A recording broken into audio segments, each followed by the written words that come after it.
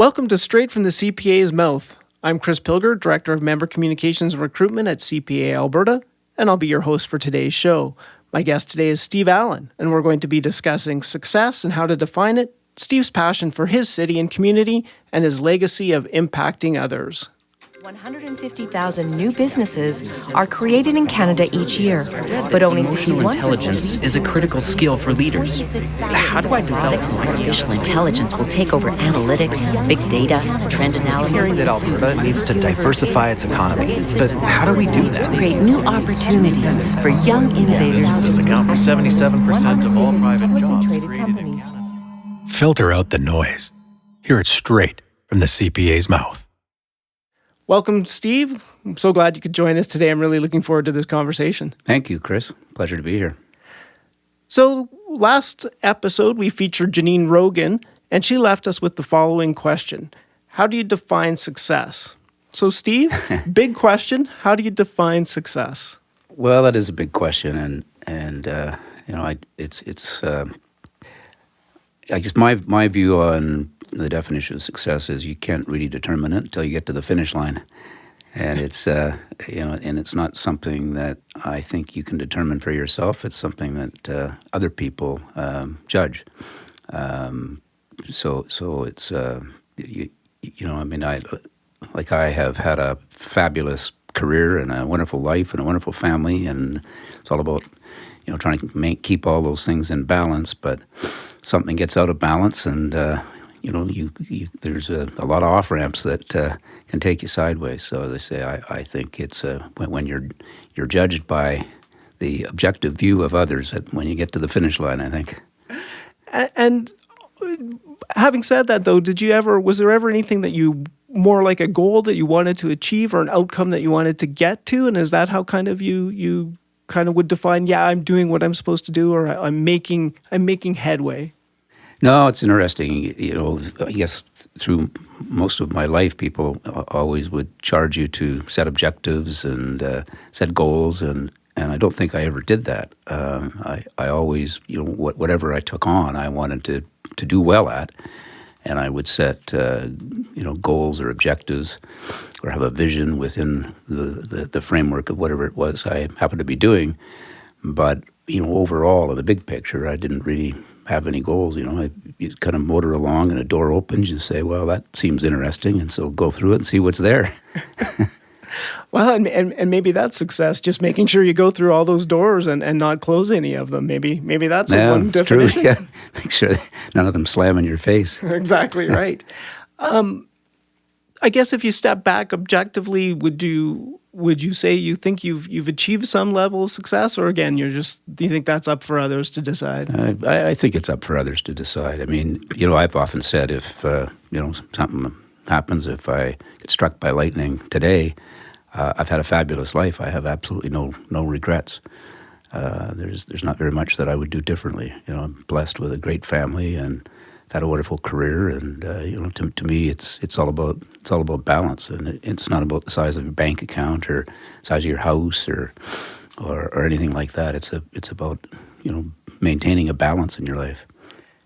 And on the career side, I guess specifically, although these things all take work, what do you feel the role of just kind of doing the work and opening those doors and going through those doors? How do you think that plays into a progression or someone's career and life and balance? Oh, it's huge. When I was reflecting on this a week ago, in part because of this and in part because of another little assignment that's about to come my way, I think. Why do these opportunities present themselves? And it really all goes back to the foundation of my CA, now of course CPA. That has given me the foundation and for absolutely everything I've done, I think. This morning I have been working on a eulogy that I'm going to be delivering on Friday for John Collins. And John was an amazing professional.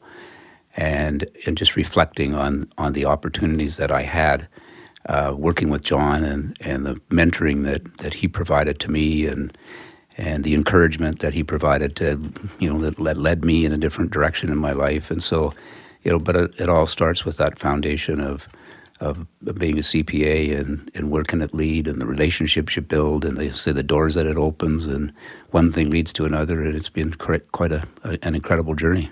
And it's interesting you say that, because I'm going to we dug up the fact that that you've said in the previous interviews that early on in your kind of path that you didn't particularly like accounting when you first started it. So obviously that changed for you somewhere along the line, I'm assuming. When did that happen, or when did you really think, okay, this is exactly where I meant to be and what I'm meant to be doing for my professional career? Well, it took a while, and I've talked to other people, young people entering the profession, or even other professions. But I think accounting gives you such a wide perspective and such a wide berth of opportunity. And in my early years, I did not like auditing, and it's interesting because my brother-in-law, Chris Leggett, who is an FCPA and was an auditor extraordinaire. He and I get along just great, but I could not do the work that he has done, and probably he couldn't do what I've done. But I didn't like auditing. I didn't like tax. I wasn't crazy about accounting, and I was started with Price Waterhouse, as it then was, and I moved from audit into management consulting, which was terrific, and it gave me an opportunity to start to do management information systems and various things, and we were doing some consulting for the provincial government, and probably just a few years after, probably 6 years or so into my career, my father passed away, and he was an accountant and had a small practice, and hadn't made any provisions for anybody to take it over, so I left Price Waterhouse at the time, and in part because I was doing a lot of work in Edmonton, and they were starting to make suggestions that I should move to Edmonton, as a born and bred Calgarian. That was not something that was particularly attractive to me. So I left and took over my dad's practice, and there I was back doing accounting and tax work and that sort of stuff, and the opportunity came along to join to merge that practice with Collins Barrow. And I began by doing consulting work, and I did some really interesting things. But I didn't really have that breadth of experience that you needed to be a wise counselor and consultant. So John and I decided that I should pursue, and to some extent with mentoring from my brother Ted, who was a chartered accountant and a partner of Pete Marwick Mitchell, as it then was, encouraged me to get into the insolvency and corporate restructuring world, and that's where I found my niche. Yeah. And I really enjoyed it. It was a fast pace. You never knew what was going to happen from one day to the next. It was but the foundation that accounting gave me and my accounting training gave me was invaluable, and I think, pretty well most people that end up in the corporate restructuring world have that foundation of a CPA. And it was a wonderful profession, fascinating. Yeah, and I think it speaks to, the number of examples and other people in the profession doing very different things, really speaks to the kind of the value and the breadth of what people can do within this profession, which is one of the things that makes it such an exceptional career. Absolutely, and that's what when I have an opportunity to talk to young people about it, it is that breadth of opportunity that you have. So you never really know from the beginning exactly where you might land, but the opportunities both in public practice and and to get into the corporate world are enormous, and I can't imagine another profession that provides that wide berth of opportunities. Absolutely. One of the things you've touched on too is the value and the role of mentoring and how much it helps achieve success, or however you want to get there, or however you want to define that. Do you feel some sort of obligation because you had such powerful mentors to do the same for others? Is that, do you feel that's really integral to your character and to the profession itself, I guess, on a broader level? Yeah, and mentoring's interesting, and I was reflecting on that this morning as I referred to John as my mentor. In so many ways, we were partners and we were work colleagues, but he was a much more experienced and wiser man than me. And the mentoring really just, I think, evolved because of dealing with various issues and challenges within the practice, and an encouragement to do things. Like he encouraged me to get on the Institute Council and encouraged me to join the Rotary Club, and he was a member of a different Rotary Club. So I have mentored kids through Rotary that are in, we have a Rotary program where we select kids in grade 6 and mentor them through grade 12, and even that's a different kind of mentoring.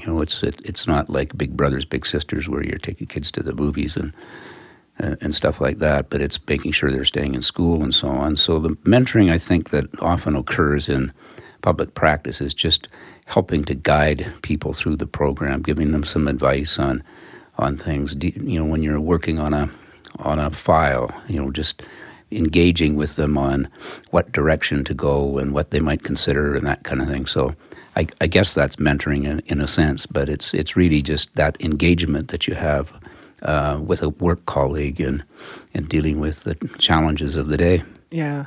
But critically important. I think that's again one of the wonderful things about the profession is the relationships that you build with people from all avenues within the profession and within business.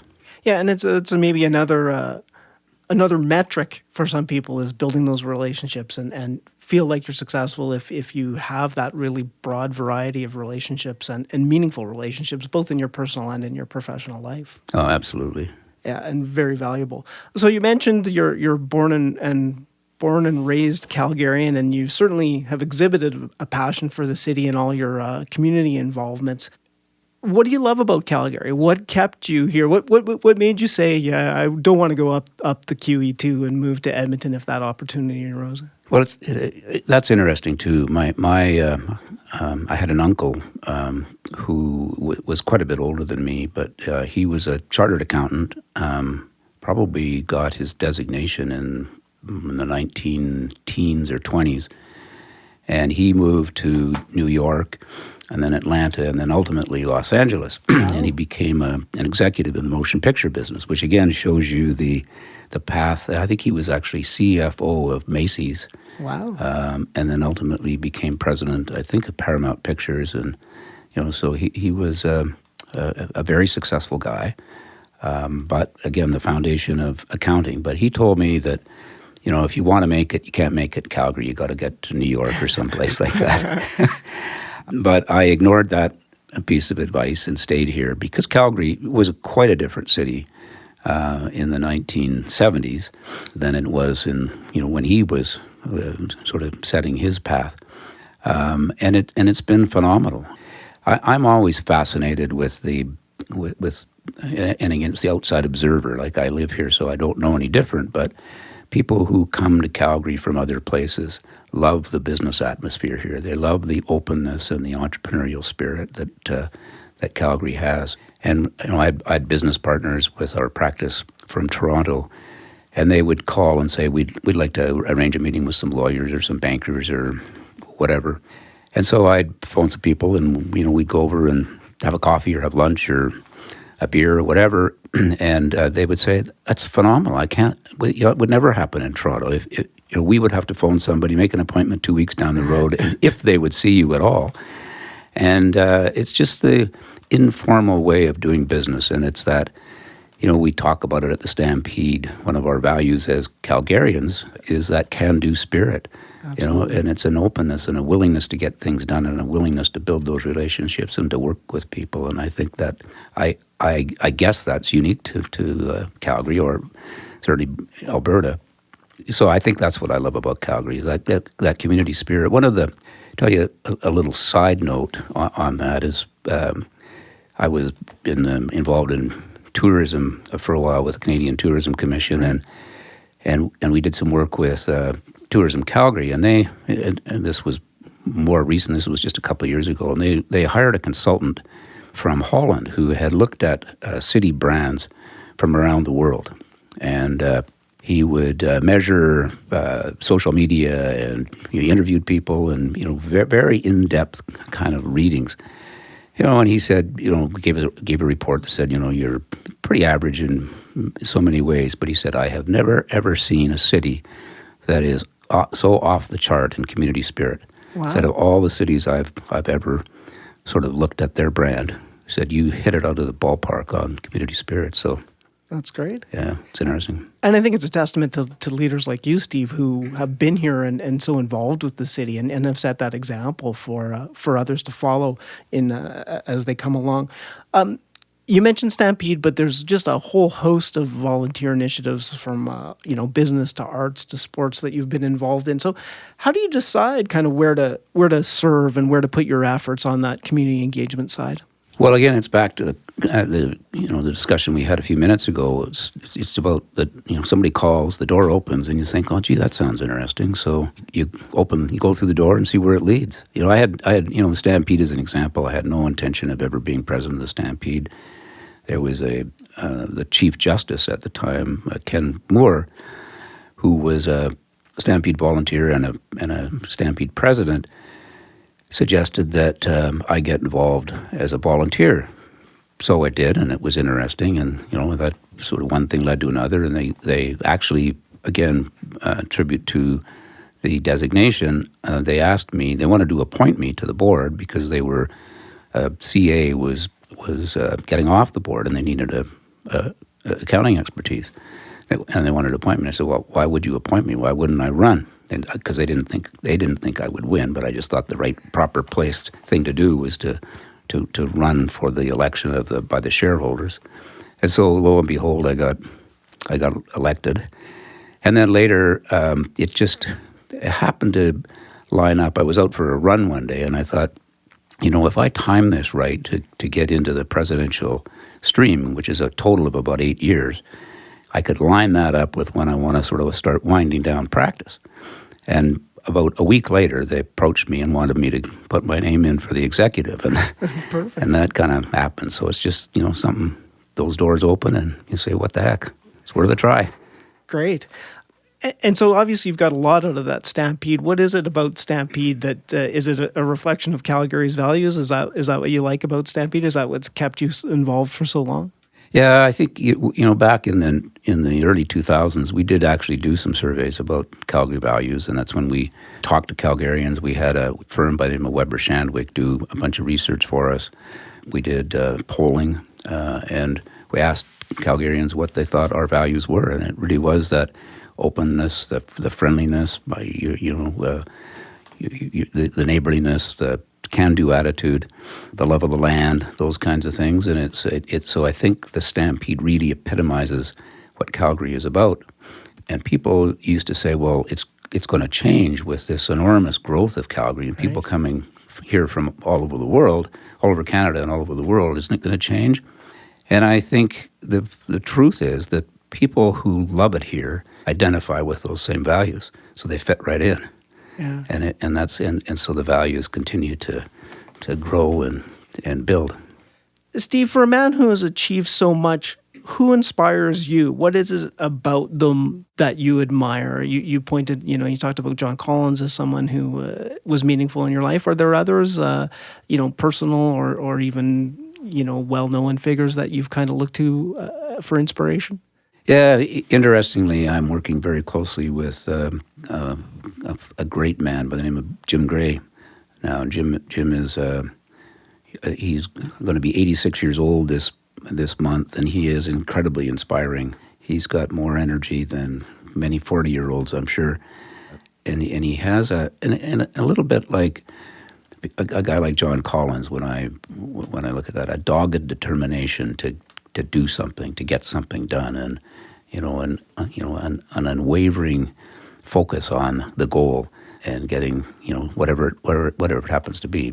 Jim and I at the moment are working on a couple of projects. One being the Green Line that Jim has identified as a real challenge because of the desire to tunnel into the Bow River, which could really blow the city's budget. And another one about connectivity and getting his 5G ready. Right. And I just love the fact that he is so determined and so focused on the goal. But it was much like a guy like John, who was a guy who was so focused on his clients and helping them reach their goals, and at the same time building a firm from a local small family practice to a significant practice in Calgary to a national firm, and then ultimately he was the chairman of the international firm. And just that sort of determination to get things done, I think is really inspiring. Great. You've talked about some involvement with younger people, younger professionals. So what advice would you have for prospective or current CPAs a little earlier in your career who look to someone like you, that community involvement, that community spirit, the success in your career and your personal life and emulate the path you've taken? And, what advice would you have for someone like that? Well, I'm fortunate to sit on the recognition committee. I'm never sure what the correct name of that committee is, but the committee that selects the fellows and the distinguished service awards. But it also focuses on the early achievement award winners. And I am so impressed with the quality of young people that are coming into the profession, and the things that they do blows me away. Like, I think they're miles ahead of where I was at that age. Their CVs are full of community involvement and volunteering and working on projects and advancing projects. And so many of them talk about mentoring, or their colleagues talk about what valuable mentors they have been. And these are people who have been in the profession for 10 years or less. I would advise any young person to do exactly that. It's not, don't just focus solely on your career, broaden that expanse and look at getting involved in the community and other organizations, and, build relationships by being a mentor, and creates a much more rewarding life. Yeah, and I think the good thing is, and it's something that the theme that you've touched on through here is those letters behind your name and the experience you've got to get there really do make you valuable to some of those not-for-profit organizations that might be meaningful to you as an individual. So you can really pick and choose, the impact that you want to make and the difference that you want to make. Huge opportunities in the community. All of these organizations need that help.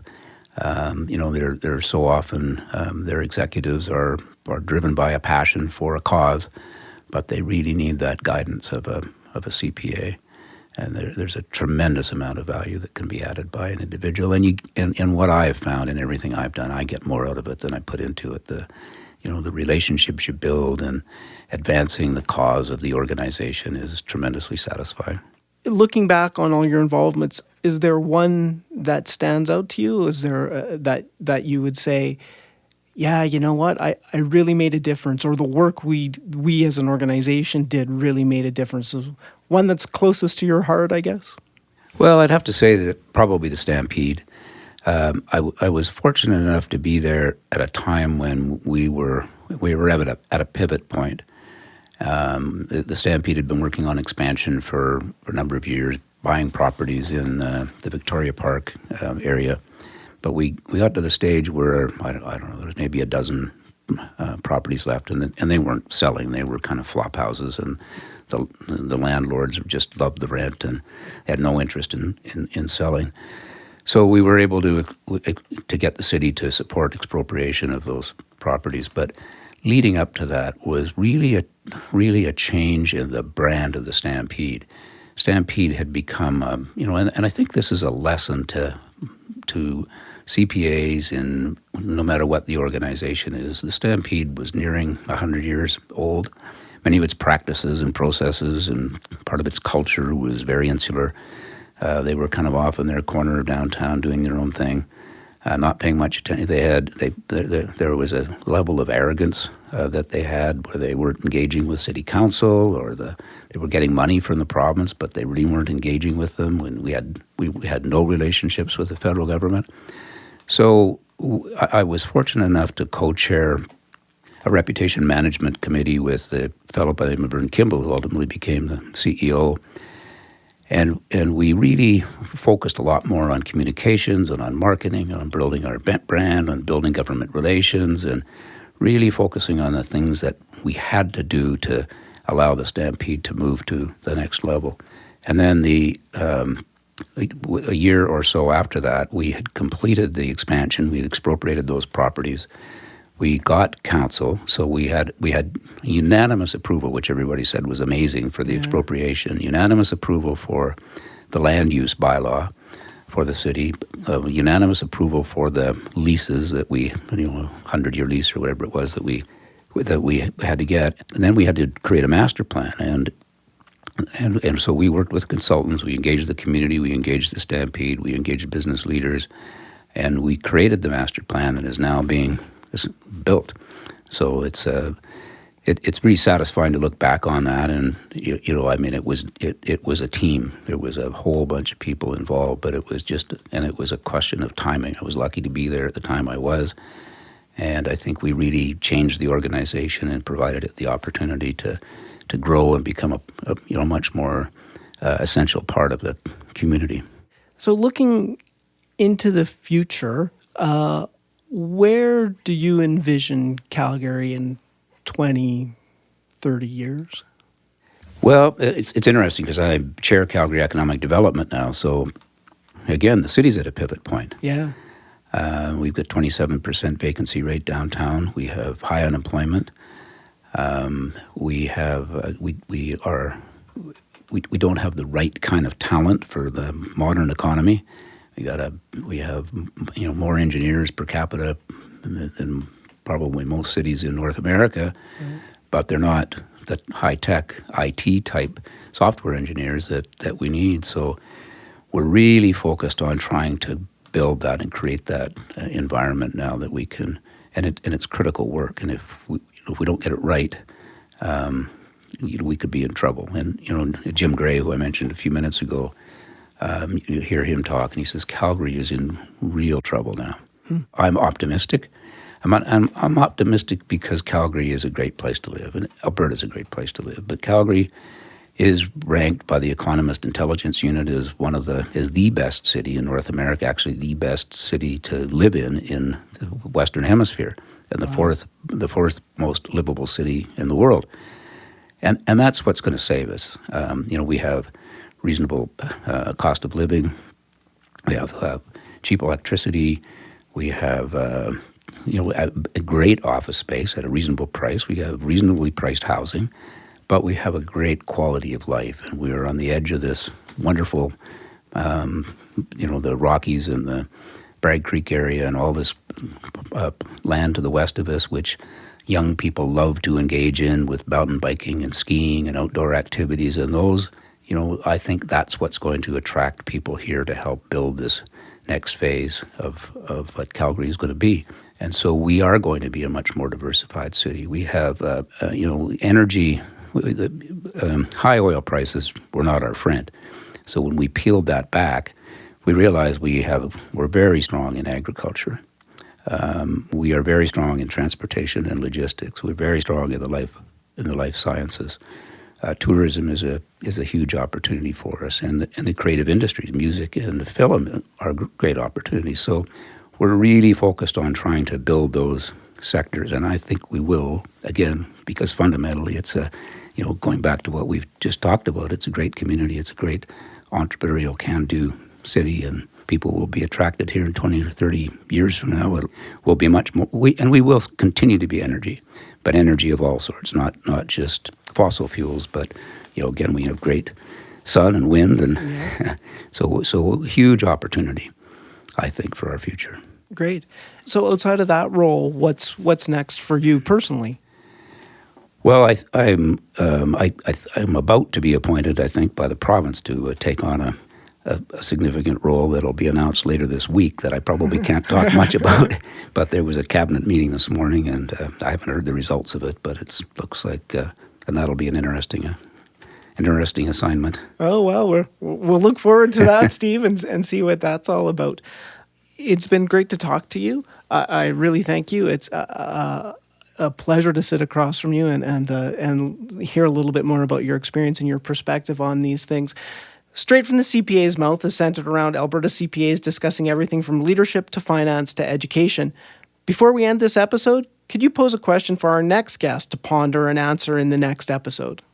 Well, I think, one of the things we've talked about is, we've had a topic about success. So when you think about success, and I said I don't think people can really judge that till you get to the finish line. But nobody is perfect, and everybody has a lot of weaknesses. including me. And I guess my next question that I think you should explore is, how does one deal with those weaknesses and build on them and overcome them? I think that's a really good one, and we look forward to the perspective of our next guest on that. Before we wrap up, Steve, any final thoughts that you'd like to add? No, I just, I remember back to when I was articling, and as I said at the very outset, I didn't like it. I hated it, in fact. And I said to my dad when I'd spent a year at it, and I said to my dad, I can't take this. I think I'm going to drop out, go take my MBA or something. He said, well, you just hang in there for one more year, write your exams, and see how it goes. And I wrote my exams, and I thought, oh, God, that was the worst thing I've ever done. They were brutally hard. I think the pass rate that year was 29% or something like that, because that was before we really required people to take all the prep courses and so on.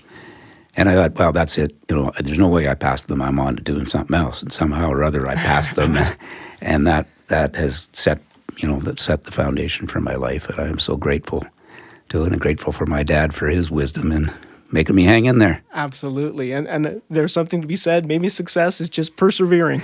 Exactly. Thank you, Steve, for taking the time to join us today. And thank you to all of you for listening. Be sure to check out our next episode featuring CPAs discussing how they overcome their weaknesses. Be sure to join our subscriber list in order to get access to exclusive content. You can sign up and get more information at cpaalberta.ca/podcast. Straight from the CPA's Mouth is brought to you by the CPA Education Foundation. The CPA Education Foundation is the charitable arm of the Alberta CPA profession, providing up to $1.2 million each year in support of business and accounting education in the province. This podcast is just one of many resource materials available through the HESHI CPA Knowledge Center. This virtual hub features Alberta CPAs sharing their unique perspective and vast expertise on topics and issues such as leadership, finance, entrepreneurship, and more. Visit cpaalberta.ca/foundation for more information on the HESHI CPA Knowledge Center and to learn how Alberta CPAs inspire success.